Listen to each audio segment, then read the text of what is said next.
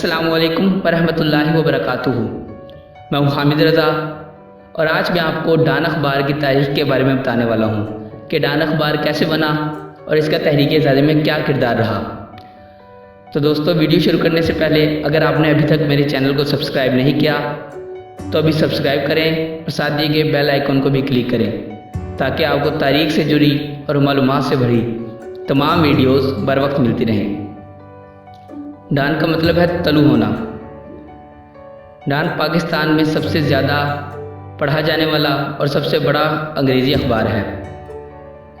قائد اعظم نے مسلم لیگ کی آواز کو مؤثر بنانے کے لیے جہاں اردو اخبارات شروع کرائے وہاں انگریزی صحافت کی ضرورت و اہمیت کو بھی نظر انداز نہیں کیا۔ جب کانگریس نواز انگریزی اخبارات نے قائد اعظم کے بیانات کو غلط انداز میں پیش کیا تو اس وقت مسلم لیگ کے حامی انگریزی اخبارات کی ضرورت اور بھی واضح ہو کر سامنے آئی۔ تو قائد اعظم محمد علی جناح نے 1941 میں ڈان اخبار کے نام سے ایک ہفت روزہ اخبار جاری کیا اور پھر 1942 میں دہلی میں مسلم لیگ نے انگریزی اخبار روزنامہ ڈان جاری کیا جس کے ایڈیٹر ممتاز انگریز صحافی بوتھن جوسف کو مقرر کیا گیا۔ پھر 1945 میں جناب الطاف حسین کو ڈان کا ایڈیٹر مقرر کر دیا گیا۔ ڈان نے مسلم لیگ کے موقف کو آگے بڑھانے کے لیے انگریزی زبان میں بے حد اہم کردار ادا کیا اور مسلم لیگ کی پالیسیوں کی تائید و حمایت بھی انتہائی جامع اور مدلل مضامین کے ساتھ کی اور برصغیر کے مسلمانوں کی آواز کو مضبوط و توانا بنایا۔ اب وہ وقت آ گیا، اس کی وسعت اتنی پھیل گئی کہ ہم برصغیر کے مسلمانوں کے جذبات و احساسات سے انگریز حکمران بھی آگاہ ہو گئے۔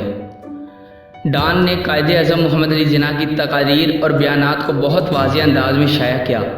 اس وقت جب کانگریس نے مسلم وزارتوں کے خلاف تحریک سول نافرمانی شروع کی تو اس وقت بھی ڈان نے مسلم لیگ کے حوصلے بڑھائے اور انہیں تلقین کی کہ وہ نامساعد حالات سے مت گھبرائیں اور طاقت کا جواب طاقت سے دیں۔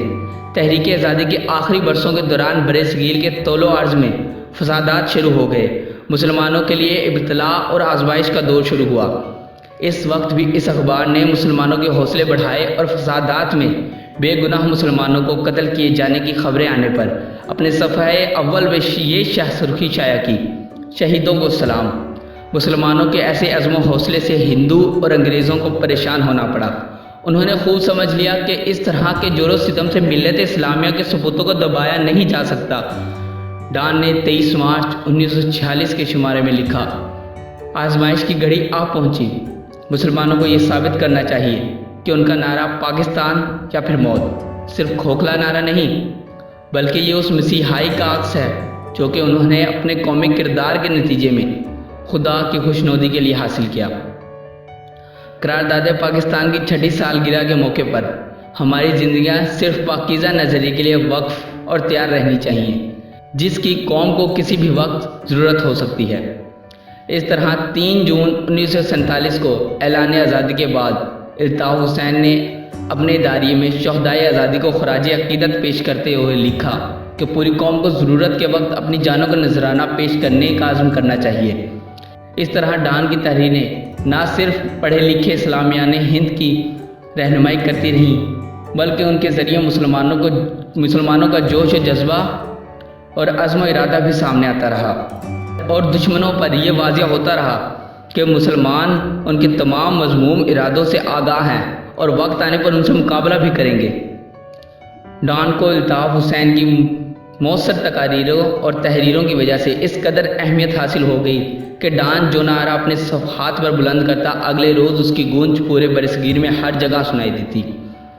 ڈان کے اداریوں اور کالموں سے انگریزوں اور کانگریسیوں کو خوب واضح ہو گیا کہ مسلم لیگ ہی مسلمانوں کی واحد نمائندہ جماعت ہے۔ ڈان نے واضح کیا کہ برصغیر کی تقسیم کر کے بھارت اور پاکستان تو آزاد مملکتوں کا قیام برصغیر میں قیام امن کے لیے بے حد ضروری ہے۔ تو ڈان نے ہندوستان کی تقسیم کو ناگزیر ظاہر کرنے کے لیے 27 اپریل 1947 کو تقسیم تقسیم تقسیم کے عنوان سے ایک اداریہ لکھا اور بالآخر مسلم لیگ اور ڈان کی کاوشوں کی وجہ سے 14 اگست 1947 کو آزادی کا سورج ڈان کی اس شہ سرخی کے ساتھ طلوع ہوا۔ پاکستان زندہ باد۔ تو دوستو، آج کی اس تاریخی ویڈیو کا اختتام اس دعا پر: خدا کرے میری عرض پاک پہ اترے وہ فصل گل جسے اندیشہ زوال نہ ہو، یہاں جو پھول کھلے کھلا رہے صدیوں، یہاں خزاں کو بھی گزرنے کی مجال نہ ہو، یہاں خزاں کو بھی گزرنے کی مجال نہ ہو۔ شکریہ۔